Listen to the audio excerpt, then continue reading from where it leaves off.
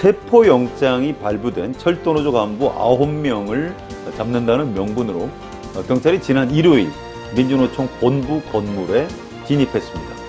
유리문을 깨고 들어가서 민주노총 조합원들을 마구잡이로 연행하고 건물 내부를 샅샅이 뒤졌지만 철도노조 간부들을 체포하지 못했습니다.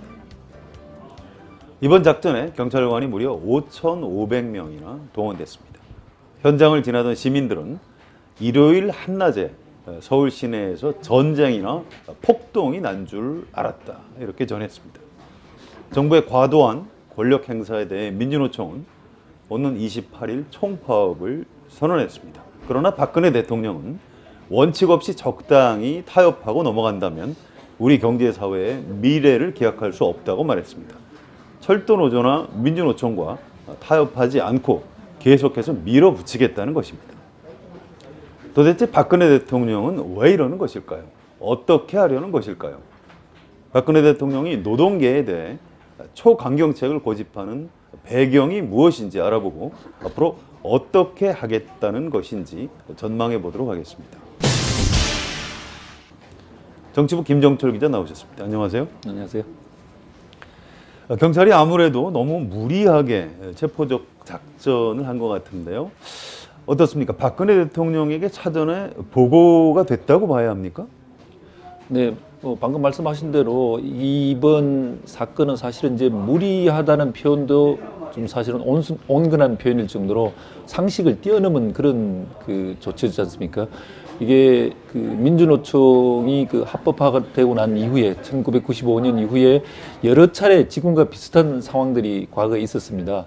그래서 그때마다 산하 노조에 파업할 때마다 정부에서는 그 체포하려고 그러고, 그럴 때 그 간부들이 민주노총 사무실에 들어가서 어떻게 보면 피하면서 이렇게 파업을 지휘했었는데, 그때마다 각 정부가 심지어 이명박 정부조차도 그 민주노총 사무실을 그렇게 진입하지 않았거든요. 근데 이번에는 그걸 깔아뭉개고 들어갔었는데, 이렇게 굉장히 중요하고 그 중대한 사안이었는데, 이런 부분에 대해서 경찰이 대통령이 그걸 모르는 채로 보고하지 않고 들어가지는 않았을 겁니다. 당연히 보고가 됐을 걸로 보고요. 이성한 경찰청장이 월요일 날 기자간담회를 열어서 이런 이야기를 했습니다. 통상적인 절차에 따라서 청와대에 보고했다. 물론 그 진입 결정은 순전히 내가 한 것이지만, 이런 이야기를 했는데, 그걸로 봤을 때도 당연히 보고가 됐다라고 보입니다. 사전 보고는 됐다는 네, 얘기고요. 네. 그런데 경찰이 경향신문사 건물을 둘러싸고 강제로 어떤 진입하는 상황은 좀 굉장히 위험했다, 이렇게 현장 기자들이 전하고 있는데요. 이렇게 좀 대규모 병력을 동원해서 무리하게 체포 작전을 벌였는데 박근혜 대통령과 청와대가 이를 그대로 승인한 이유가 뭘까요? 우선적으로 생각해 볼 수 있는 거는, 우선 뭐 박근혜 대통령 입장에서는 연말 넘기기 전에 철도 파업을 좀 끝내야 되겠다, 이런 생각을 한 게 아닌가 싶고요. 뭐 국가를 책임진 대통령으로서 어쨌든 파업이 길어지는 것은 부담이 될 테니까, 네. 그러한 어떤 쫓기는 마음이 있지 않나라는 생각도 그렇게 생각해 볼 수 있고, 그것보다는 또 하나는 더 중요한 거는, 사실은 이게 이제 노조에서도 대화를 하자라고 했지 않습니까? 그리고 이제 교수단체라든지 이런 시민사회단체에서도 사회적인 그런 협의기구를 만들어서 대화를 해봅시다라고 정부에 제안을 했던 상황인데, 사실 대화를 하면 풀릴 수 있는 상황이 있었거든요. 그럼에도 불구하고 밀어붙인 거 보면은 좀 대화 타협 자체를 아예 안 받아들이려고 했던 게 아니냐. 그래서 밀리지 않겠다. 뭐 이게 대화가 필요 없다. 원칙에, 이른바 박 대통령의 표현에 따르면 원칙에 따르겠다, 이렇게 해서 밀어붙였던 정황이 굉장히 크다고 봐야 될 것 같습니다. 네, 그렇군요.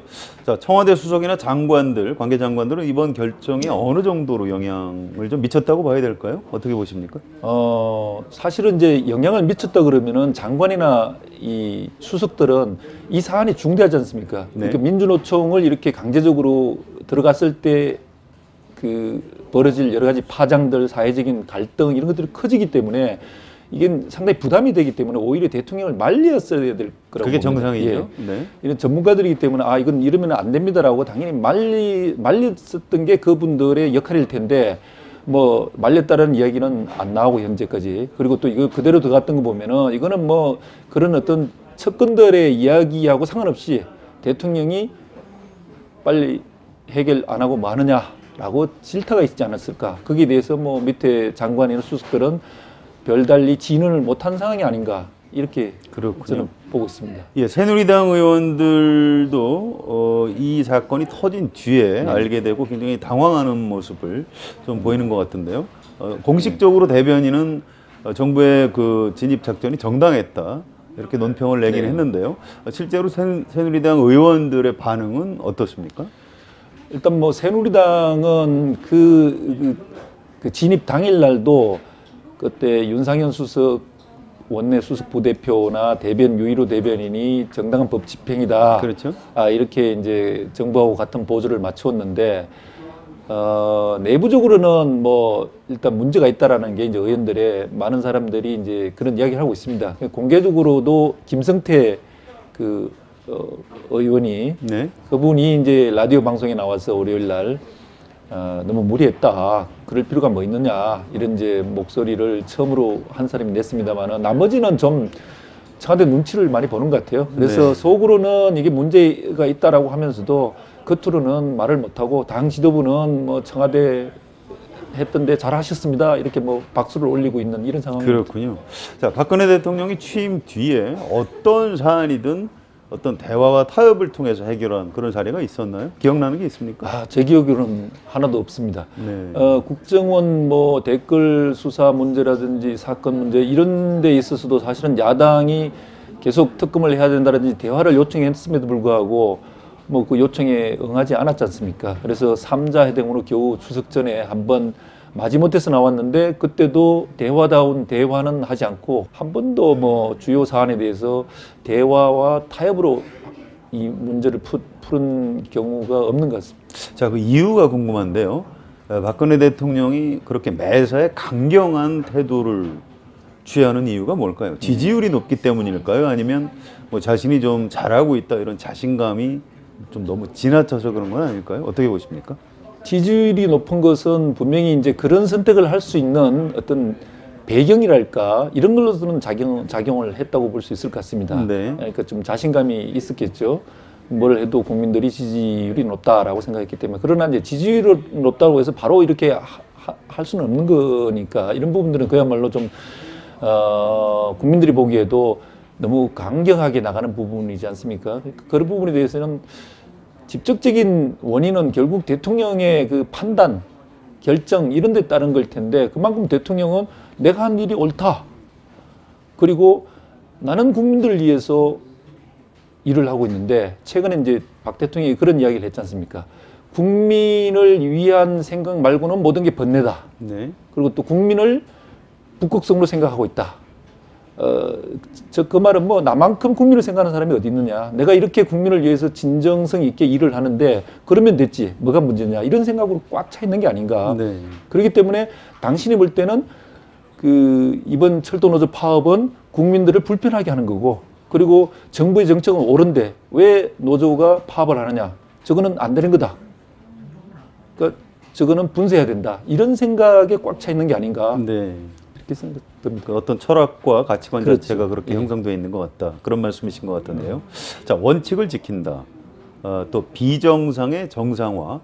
박근혜 정부에서 그런 표현들을 자주 쓰는데요. 아마 박근혜 대통령의 통치 철학인 것 같습니다. 김종철 기자가 보시기에 이런 철학의 네. 어떤 위험성이 뭐라고 생각하십니까? 참 원칙을 지킨다는 말은 굉장히 훌륭한, 말 자체는 맞는 말이죠. 훌륭한 말이잖아요. 원칙은 지켜야죠. 그렇죠. 네.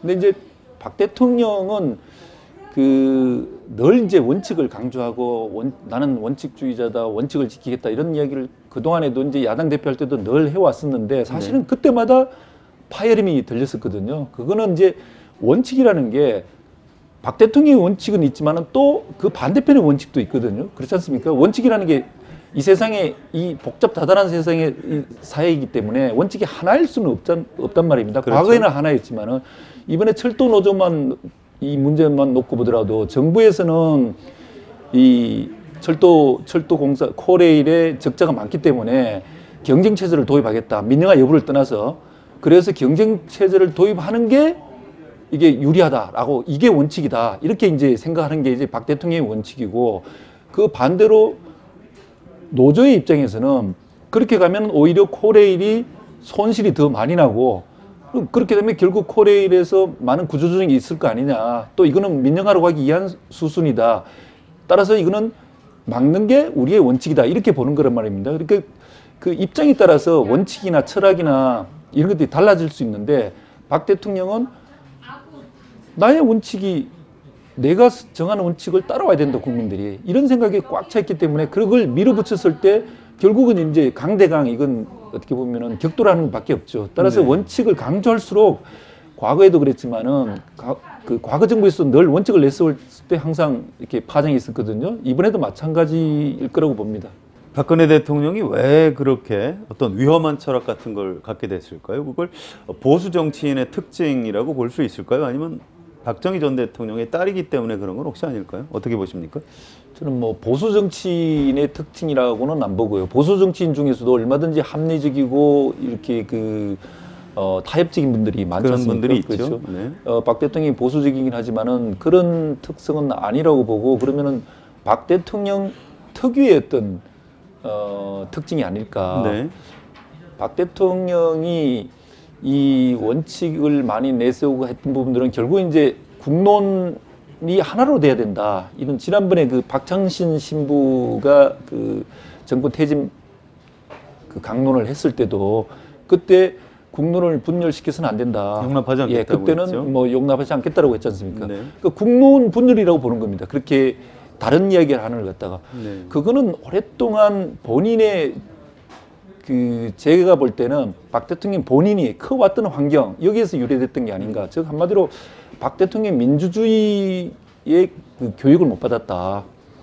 박 대통령이 사실은 그 활동했을 때 20대 때 청와대 그 유신 사실상 시대죠. 퍼스트 레이디로 이렇게 활동했을 때가 유신 말기였지 않습니까? 네. 그때는 박정희 대통령이 유신 독재로서 모든 이 다른 목소리를 짓누르고 오직 나의 말만 따르라라고 했을 때인데 그때 주변에서 아버지를 보고 배웠던 그런 어떤 영향이 크지 않는가. 네. 물론 뭐 추측입니다만은 어쨌든 박 대통령은 다양한 목소리, 나와 뜻이 다른 의견 이런 것들을 무시하는 경향이 굉장히 강하거든요. 네, 그 뒤늦게라도 민주주의가 다양성을 인정하는 거다라는 거를 본인이 좀 깨닫고 실천을 해야 될 텐데 어려울 때는 뭐 하는데 본인이 잘 나가고 지지율이 높을 때는 그걸 무시하고 계속 본인의 의견을 고집하는 경향이 상당히 강한 것 같습니다. 예, 알겠습니다. 자, 아무튼 이번 사건으로 민주노총이 28일 총파업을 예고하고 있는데요. 이렇게 되면 민주노총 파업을 정부가 다시 불법으로 간주하고 또 경찰을 동원해서 진압할 텐데요. 이런 연말에 어떤 큰 사고 같은 게 나는 거는 아니지 참 걱정이 많습니다. 노동계에서는 지금 어떻게 전망을 하고 있습니까? 네. 민주노총은 사실은 이제 뭐 테러가 없지 않습니까? 본인들이 선택한 게 아니라 사상 유례 없는 첫 이 노총 지도부에 대한 경찰의 강제 진압 이런 것 때문에 투쟁을 하지 않을 수 없는 이런 상황에 놓여 있고 그래서 이제 총파업을 28일을 예고하고 있고요.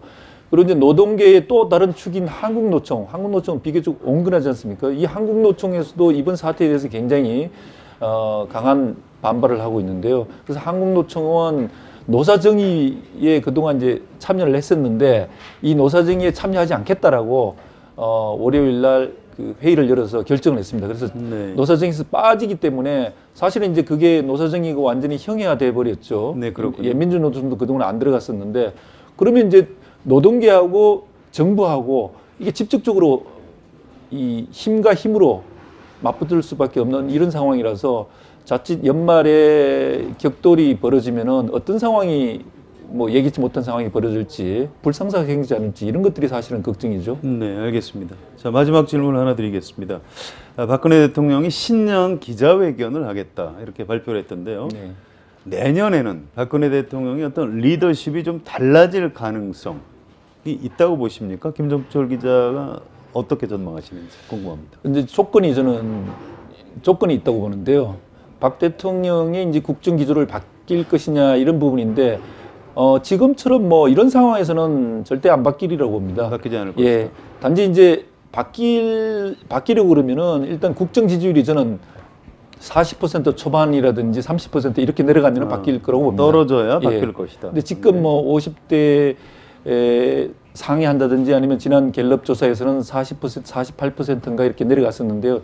이 정도에서 오락가락하는 걸로는 그대로 갈 것 같고요. 지지율이 팍 떨어지면은 그러면은 이제 이거 아니구나라는 이야기들이 여권에서 많이 나갈 거고 박 대통령도 고민을 하지 않을까. 그러면 바뀔 텐데 그러기 전에는 안 바뀌리라 저는 이렇게 보고 있습니다. 네, 알겠습니다. 과잉 금지의 원칙이라는 게 있습니다. 정부가 국민의 기본권을 제한할 때는 어떤 목적의 정당성, 수단의 적합성, 그리고 침해의 최소성, 또 법익의 균형성이 있어야 한다는 것입니다. 경찰의 이번 민주노총 본부 진입작전은 과잉 금지의 원칙을 위반한 것입니다. 박근혜 대통령은 아마도 이번 기회에 법치를 바로 세우고 싶었을 것입니다. 법치. 물론 바로 세워야 합니다. 그러나 대통령이 법치에만 매달리면 국가는 제대로 돌아가지 않습니다. 대통령으로서 국가를 이끌고 가려면 다양한 능력이 필요합니다. 거시경제 지표와 잠재 성장률을 관리해 국가 경제 전체의 균형을 잡아야 합니다. 국가의 공공성을 충분히 숙지하고 사람과 조직을 관리할 줄도 알아야 합니다. 지금 박근혜 대통령에게는 이런 능력이 과연 있는 것일까요? 여러분은 어떻게 생각하십니까? 오늘 주간 이슈 전망은 여기서 마치겠습니다. 지금까지 김종철 기자가 도움 말씀을 주셨습니다. 수고하셨습니다. 저는 성환영이었습니다.